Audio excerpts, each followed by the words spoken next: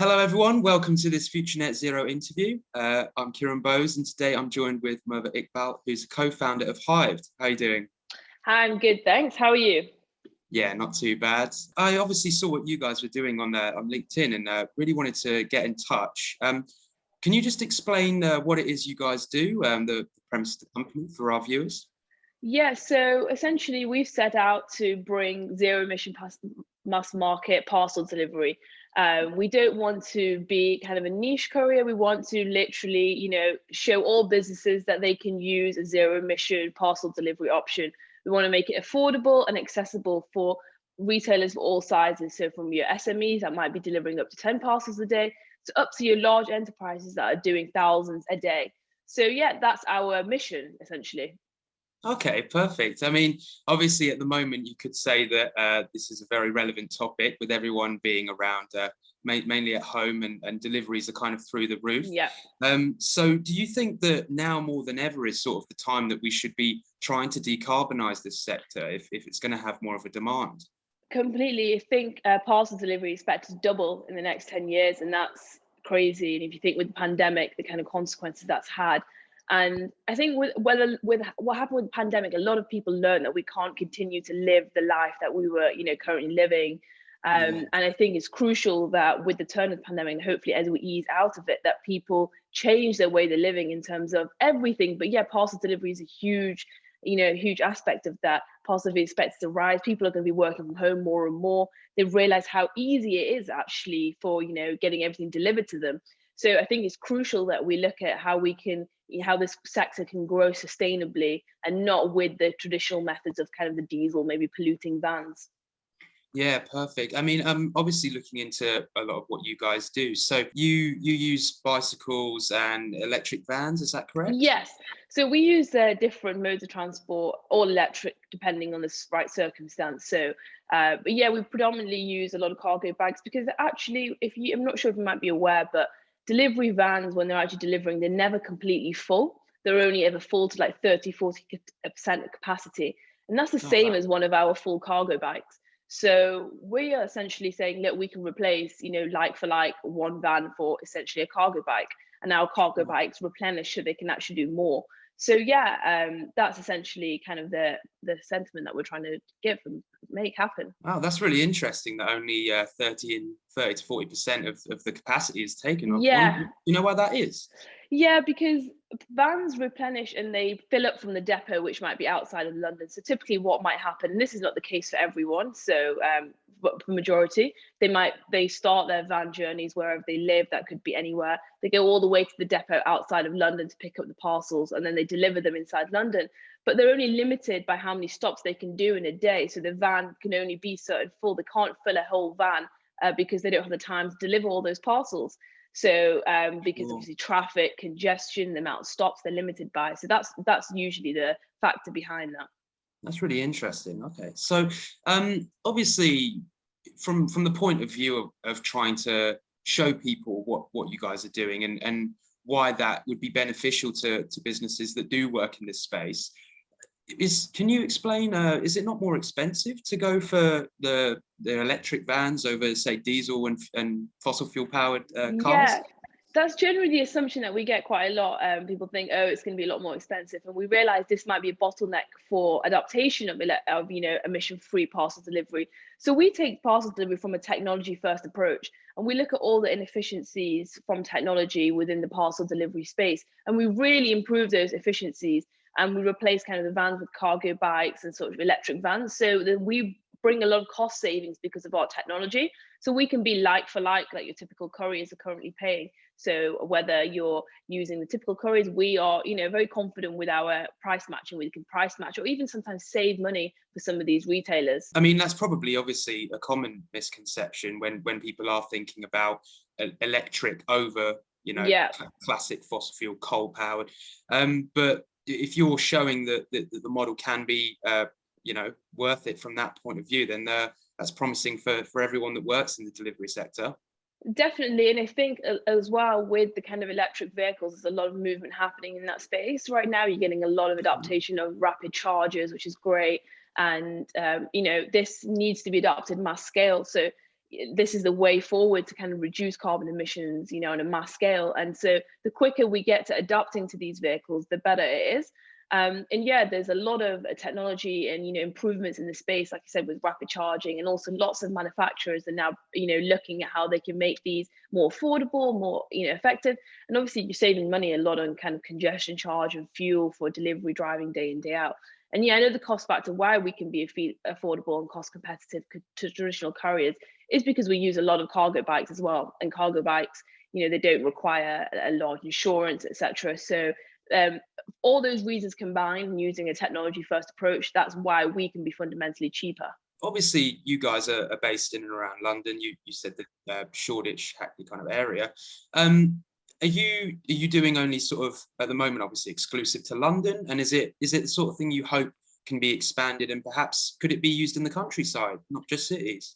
Yeah, definitely. We want to build a larger zero emission parcel network. So we're not too fussed about just using cargo bikes, but at the moment we are focused predominantly on London and Greater London. And the density in London is great for us because it allows us to use cargo bikes a lot more easier. However, in the countryside, it might be a bit difficult to use cargo bikes. But we have a lot of future developments in our roadmap, and look to see the countryside definitely in all kind of the Scotland Highlands area, but using maybe the drone approach there to use those for the last mile delivery. That's not been adopted in mass scale, but we see that in a couple of years in our roadmap. We want to expand to cities first, so your Manchester, your Leeds, Birmingham. But yeah, in the future, definitely we have a lot of vision and great plans to hopefully introduce drones in that sector. From your point of view, what was it that kind of made you guys want to start this business, and what was the kind of kickstart for you, I guess, and I'm thinking in that way? Generally, it's a really interesting story we actually came from. So we actually started an advertising company on courier vans. So similar to how you work with taxis, I was thinking, why is there no advertising on vans? And that allowed us to work closely with courier companies. So we had GPS trackers in all of the vans, a few hundred in central London, where we were tracking the GPS data just for kind of actual advertising data that we needed. And the data presented itself, wow, these routes, are really inefficient. The routes that we're doing, as I mentioned before, they were starting outside of London, going across to the other side of London, then coming into central London and spending 9 hours in literally a 15-minute walking radius. It was ludicrous. And then I did more research and digging into this and looked at how bad it was for the environment, how big this opportunity was, how it's about to explode. And I was like, there needs to be a change in this direction if we want to actually seriously get to net zero by 2050. This is a huge sector that needs shaking up. And so my co-founder and I, we felt like we could shake this industry up quite strongly. And then we applied for Innovate UK funding, which we were successful for. Had a little bit of pre-seed funding, and we were able to launch last October, actual live delivering parcels. And so far we're growing quite rapidly, and it's going well. It's going great. That's great. What sort of size of team are you then? So you and your co-founder, is it you two, or have you got some people working with you as couriers as well, obviously? Yeah, we have a team of riders, we like to call them. We've got about 10 to 15.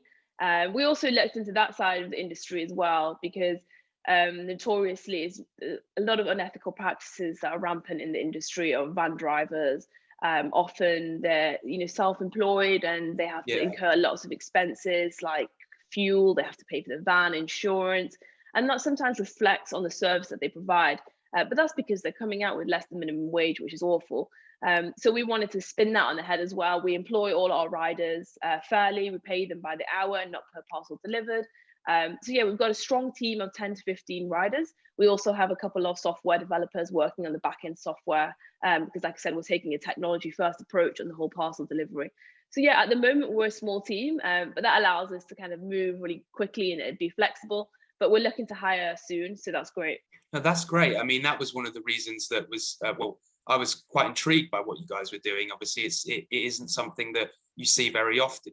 We know that the main sort of courier and delivery companies at the moment aren't taking this stance yet. Is it your aim that in the future your competitors, say companies Hermes, Royal Mail, anyone that's doing these deliveries can kind of follow suit and realize that this could be a viable option for them?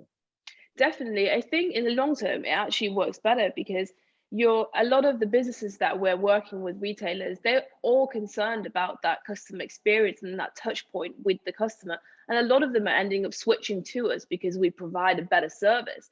So if you're paying your riders fairly and they're, delivering a great service, surely it makes sense, to pay them fairly, so then they can keep it, deliver a great service. So then you're keeping your client happy. So we see it as, we're not, we might be at the start, giving more money out to our riders, but in the long term, it's beneficial. And we need to look after our employees, and we need to, treat them fairly and what they deserve. Definitely. Well, it's really interesting. Obviously, as you say, you guys have just started, and it is something that hopefully can be expanded with yourselves, and also hopefully we can see more of a wider kind of take up of electric or cargo bikes, etc. In terms of other types of delivery as well, obviously it's been in the news recently, the Suez Canal. We had the ship shipped up and blocking the canal. Obviously not completely directly linked to what you guys are doing, but I think it raises an interesting question from the point of view of shipping, all sorts of kind of parcel delivery that we have, because that has come from us trying to get things going across the world. Do you think that it's something that in the wider scape and in a bigger scale could be adopted in all kind of forms of delivery? Definitely. I think this space needs reinventing almost. I mean, you look at the parcel industry, it's not changed for like 70 plus years to how you get a parcel to your front door, whether that's getting shipped across the world. Obviously, that has a really bad environmental impact as well. So I'd love to be able to see, less of that, less produce being made around the world to getting shipped all over the world. That is a huge problem, which I think, sometimes it's really bad for the environment, what you see when, like, maybe simple things where they can be produced locally and made locally, and you imagine all the emissions you could save on that ship container traveling all the way across the across the country. So yeah, I definitely think there's improvements in the ship. I know there's a lot of resources and kind of energy and R&D going into how the shipping industry can kind of change. But yeah, definitely on the ground logistics, there's a lot of movement happening. There's a lot of room for improvement, I'd say. Well, that's really interesting, and I thank you so much for coming on and talking about this stuff with us today. Hopefully, it raises a question for all of our viewers, and also for people that do work in that space. Maybe it will help them realise that it can be a possibility to go net zero in the future and lower our emissions all round. Definitely. I mean, we have to. That 2050 is going to come by like this. So I think we all have a part to play in trying to reduce that.